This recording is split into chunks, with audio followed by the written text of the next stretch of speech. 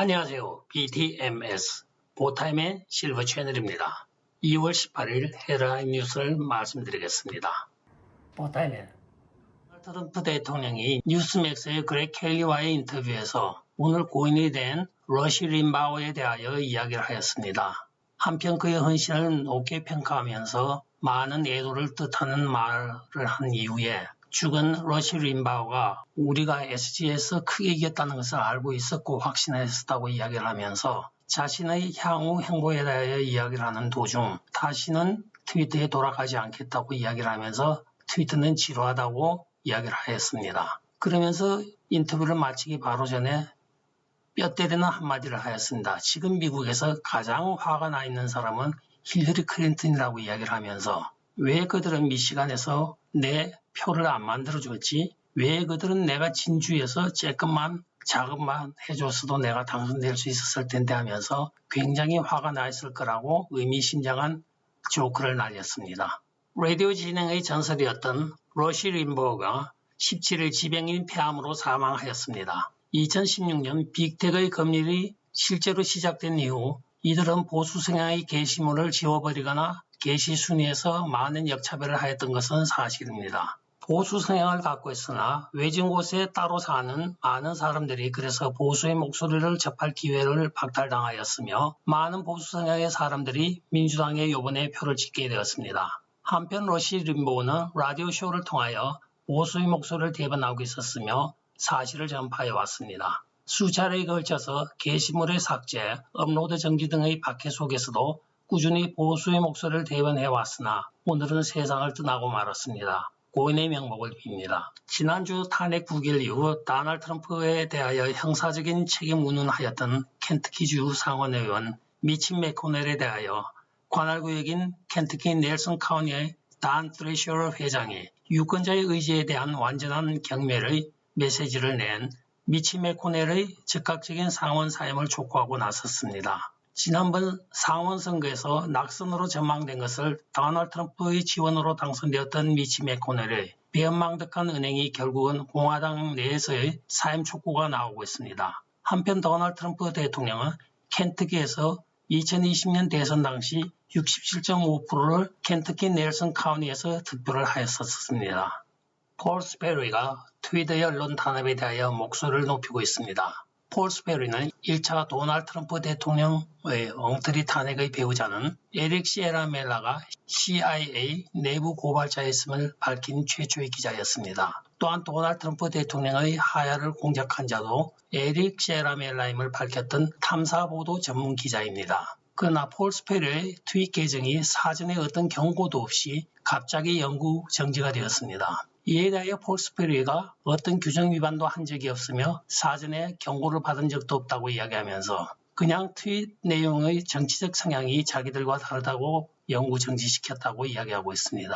그들은 나를 플랫폼에서 밀어내고 괴롭힘으로써 나를 침묵시킬 수 있다고 생각하지만 나 같은 전문인을 침묵시키는 자들이면 일반 사람들은 아주 쉽게 침묵시킬 수 있다고 비난하고 있습니다. 이번 폴 스페리의 트윗 계정 정지는 2주 전에 게이웨이 펀디엣, 1주 전에 프로젝트 벌타스에 이은 영구 정지의 언론 탄압의 연속입니다. 국방부 대변인인 존 칼비에 따르면 DC에 주둔하고 있는 잔류병력 5,000명은 3월 22일까지 의사당 격내에 주둔한다고 발표를 하였습니다. 그 이유는 FBI 보고에 의하면 3월 4일경에 도널드 트럼프 대통령이 취임을 한다는 QAnon의 보도가 있었으며 도널드 트럼프 대통령 지지 세력들의 급진적 운동이 재개될 우려가 있기에 시민 안전과 도시의 안전을 고려하여 위험 요소가 완전히 없어질 3월 22일까지라고 발표를 하였습니다. 구체적인 DC의 안전에 대한 위협의 요소나 정보는 수집이 된 것이 없다고 발표를 하였습니다.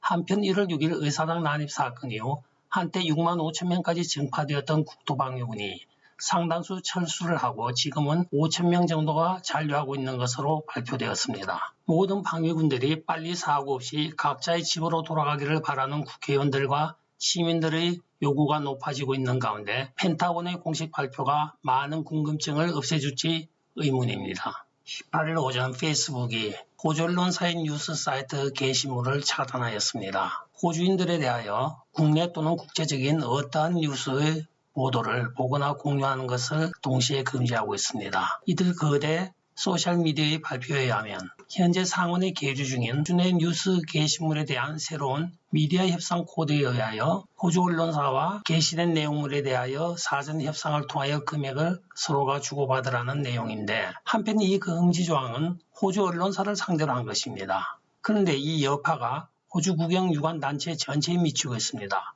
주요 정부기관, 커뮤니티 페이지, 자선단체 페이지, 노조 페이지, 정치인들이 운영하는 수십 개의 페이지도 금지를 당하고 있습니다. 그 내용인즉슨 호주 언론 출판사는 페북에 뉴스 컨텐츠를 계속 게시할 수는 있지만 공유 게시물을 호주 사용자가 보거나 공유할 수 없다고 발표를 하고 있습니다. 그 과정에서 페이스북이 뉴스의 공유 및 시청을 광범위하게 금지한 결과 기상청, 주보건국, 서부호주 야당 지도자 및 자선단체에 대한 개별적인 접근도 차단하고 있습니다. 이런 횡포에 대하여 페북이 언론을 망친다고 하면서 호주인들이 분노하고 있습니다. 그러면서 우리는 주권국가이고 마크 주커버그는 우리의 총리가 아니라고 이야기를 합니다. 페북이 우리의 법률과 규정의 최종 결정자인 것처럼 호주 정부를 인질로 잡고 있다고 맹비난을 하고 있습니다. 참고적으로 다운 언더 오퍼레이션이라고 하는 것은 남반부 사업을 말합니다. 즉 호주, 뉴질랜드 등의 남반부에 있는 나라들을 상대로 하는 사업을 다운 언더 오퍼레이션이라고 이야기를 하고 있습니다. 일종의 슬랭입니다. UFO가 촬영이 되었습니다. 연방정부가 UFO, Unidentified Flying Object의 존재를 공식 발표한 후에 수많은 UFO 사진 촬영이 있었으며 그중 상당수는 확인 결과 UFO가 아닌 것으로 드러났습니다. 그러나 이번에 백주 대낮에 빛을 발하며 자율적으로 형태를 변경하며 상당히 빠른 속도로 이동하는 구름 형태의 UFO를 한 사람이 촬영을 하여 페이스북에 올린 것이 화제입니다. 동영상을 보시고 판단은 여러분들이 해주시기 바라겠습니다. 국제뉴스에서 멕시코의 대규모 정전 사태 발표가 보도되는 와중에 루이지애나에서도 전선에 불이 붙어서 이동되는 장면이 포착되었습니다. 정상에서 벗어난 일들이 곳곳에서 너무 많이 벌어지고 있어서 시민들이 상당히 불안해하고 있습니다. 아이오와 공화당 하원 의원이 빌 게이츠의 쇠고기 안 먹기 운동 추진은 미국의 축산업을 완전히 붕괴시킬 것이라고 경고하고 있습니다. 빌 게이츠가 최근 MIT 테크놀로지 리뷰와의 인터뷰에서 선진국들이 합성 쇠고기로 식용을 전환하면 가축의 탄소 배출량을 줄일 수가 있어서 환경 파괴를 막을 수 있다고 하며, 가난한 나라들은 합성 쇠고기를 먹여 형편이 안 되기 때문에 모든 부유한 국가들은 합성 쇠고기를 먹어야 한다고 발언을 하였습니다. 이에 대하여 아이오와의 공화당원 애슐리 힌슨 의원은 이런 급진적인 축산업 파괴 행위에 대한 독자들에게 쇠고기에서 손을 떼라는 서명을 촉구하고 나섰습니다. 한국에서 누군가 고등어 구이 타령을 하였던 생각이 나고 있습니다. 끝까지 시청해 주셔서 감사합니다. 좋아요, 구독, 알림, 그리고 공유 부탁드리겠습니다. 안녕히 계십시오.